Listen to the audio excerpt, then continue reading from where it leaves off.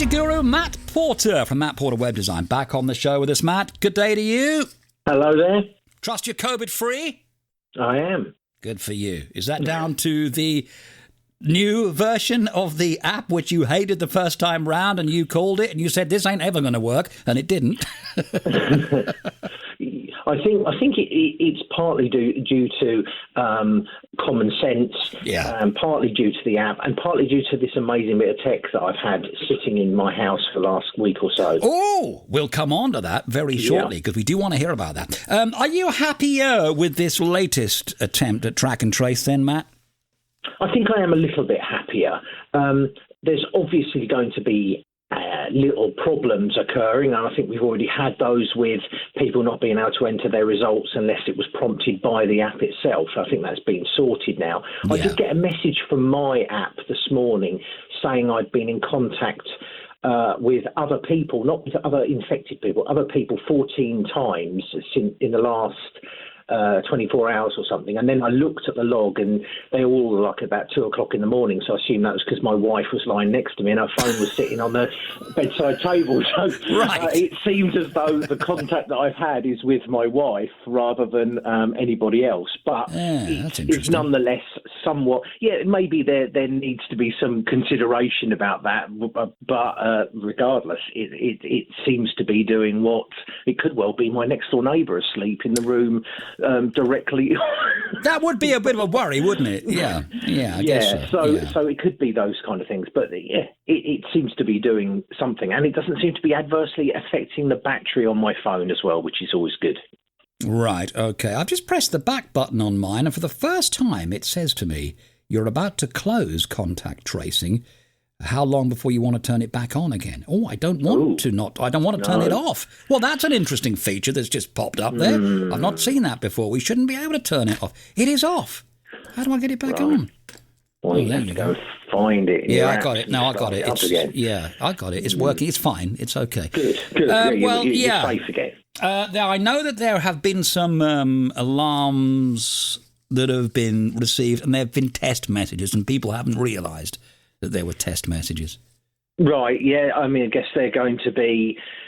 There's going to be teething issues here. You can't there's been some testing taking place, but once something hits the real world, then all of those real world issues start popping up. So I hope it hasn't alarmed people. But certainly this morning when I saw I had 14 contacts, I was thinking, oh my God, whatever have I been doing? Yeah. I've just dropped my son off at school, and now suddenly but it turned out, yes, those logs were at home when I was asleep. Can I ask you, how did you know it was your wife? I mean, does it literally give you the name? What does it do? No, I used that as an assumption. It could well have been my next door neighbour in the adjacent room, right? Because we're in a semi-detached house. So no, I don't know that it was my wife particularly. But at 3:40 in the morning, I would assume that unless someone had sneaked in and without me knowing. So yeah, it could only have been people.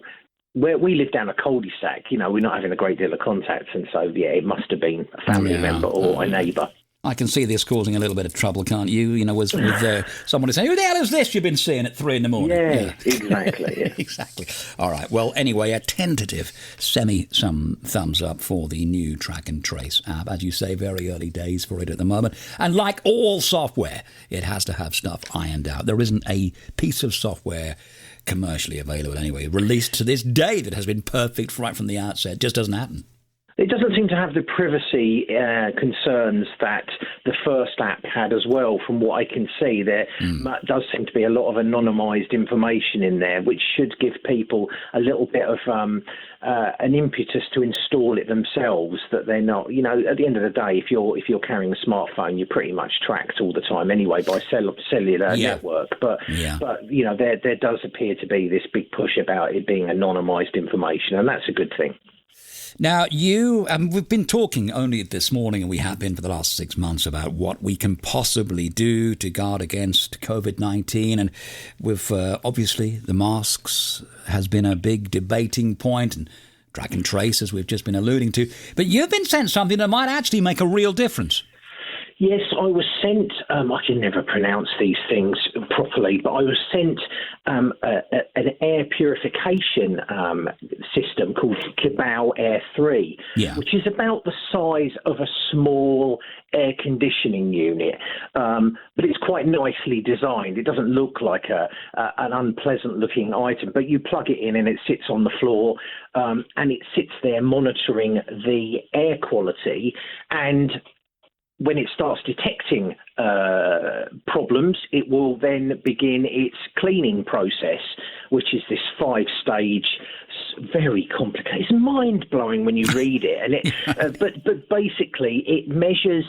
It has a display on the front that tells you the temperature and the humidity, but then it also gives these other two readouts, and one of them is called a PM 2.5, which is particles that are larger than 2.5 microns, which is a measurement. We use a PM 2.5 measurement for air quality in the UK. And there's also a TVOC reading, which is total volumetric. Oh my goodness me, I can't remember what it is now. I shall find it in a minute. But total volatile organic compounds, which is another way of measuring unpleasant things in the air, so particles or things like that. Now, interestingly, because it's stated as being more effective than what you normally have in Hoovers and things like that, is HEPA filters, and in car air conditioning units, HEPA, which is that's kind of the standard. They will filter particles to 0.12 microns in size, whereas this method goes down to 0.01 microns, which is a good thing because COVID-19 is bigger than that. Right. So it will try, if it detects those kind of things, viruses, bacteria, those kind of nasty particles, it then begins its filtration. And it doesn't actually capture any of these things and keep them. It destroys them using photocatalytic oxidization and photon energy. What have you been sent here? This is remarkable. I'll tell you what, it's brilliant. Yeah. it's brilliant. So it has 5 stages. The first stage is a standard kind of filter that you can wash. The second one is a high voltage negative charge, which deactivates viruses and bacteria. Mm. Stage 3 uses photocatalytic oxidization based on Albert Einstein's photon energy, where UV light initiates a stepwise free radical decomposition of organic compounds. Which produces water and carbon dioxide. Yeah. Then it goes through 48 LED bulbs and a TI02 aluminum ceramic photocatalytic ozone-free filter. Is stage 5 time travel?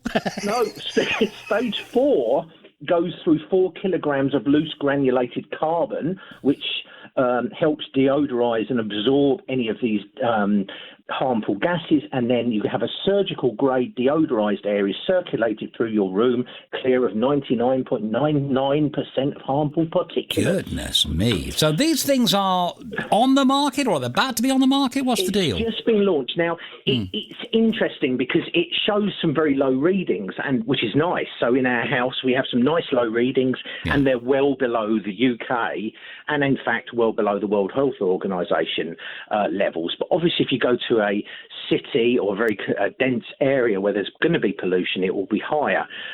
However, I can see it working, because when my wife's getting ready in the morning and she sprayed some hairspray in the room, it just went mental. Wow! The fan came on, started the UV, the lights went red, and it started cleaning the air. We happen to be in what is described as a, shall we say, a not-so-great area in Suffolk of air quality right here on St Matthew's Roundabout. You know, if you're coming by, if you want to pop that in and give us a little scan, I would be very intrigued to see what it detects, Matt. Would you need one of these for every room, or is it one per house? How many would you need? Well, these are not cheap products. They're really aimed at offices, commercial spaces, restaurants, places like that where we'll proactively clear the air. So they're kind kind of like a commercial product. I did talk to them and said, do these things, are they available for leasing? And they said they hadn't actually, they were going to go away and discuss that. But it's £1,600. It's a new product. It's literally, first time on the market that in the UK really that this kind of product's been released. And obviously research will need to be done, but it strikes me that could well be a very important investment for some of the hospitality industry that is, wanting to reassure their clientele that they've got these things working and that, they're taking a real positive step to reduce the risks. Yeah, exactly. And offices as well, where you now have a situation where you may have team A and team B. You've de-densified your office working space because you don't want lots of people working in the same place, and then themselves don't want to be either. If you have things like this that are proactively cleaning the air of unpleasant things such as bacteria and viruses, then it's not going to cure. People shouldn't be under the impression that these things are a cure. No, but they can like that. But reduce risks. Oh, absolutely. And cigarette smoke, all kinds of fumes, paint fumes, all of those kind of things. So if you have let's say an office where you may be in a spray shop or somewhere like that, where there are fumes flying around the place, having something like this is going to be really very useful for keeping the air safe and clean, or safer. £1,600 at launch. That may come down as the popularity grows, of course, but we'll keep posted. It's not generally readily available. It's not as if you can pop down to your local store and get one, but you can order them online. You can order them. Worth investigating. Now, what about if the dog breaks wind, Matt? Will it deal with that? Yes. Yes, and interestingly enough... Put me down for one. Pardon? Put me down for one. Yeah, that seems to trigger the TVOC figures seem to go up on things like that as opposed to the PM 2.5. So it's obviously detecting volatile organic compounds in the atmosphere. Yeah, that sounds like my dog. Matt, a brilliant update. That is the Kebao, we think it's pronounced that, the Kebao Air 3, which is about to become available. You can find them on the website. Intriguing piece of technology. The update from our good pal Matt Porter. Matt, great. Keep well, my friend.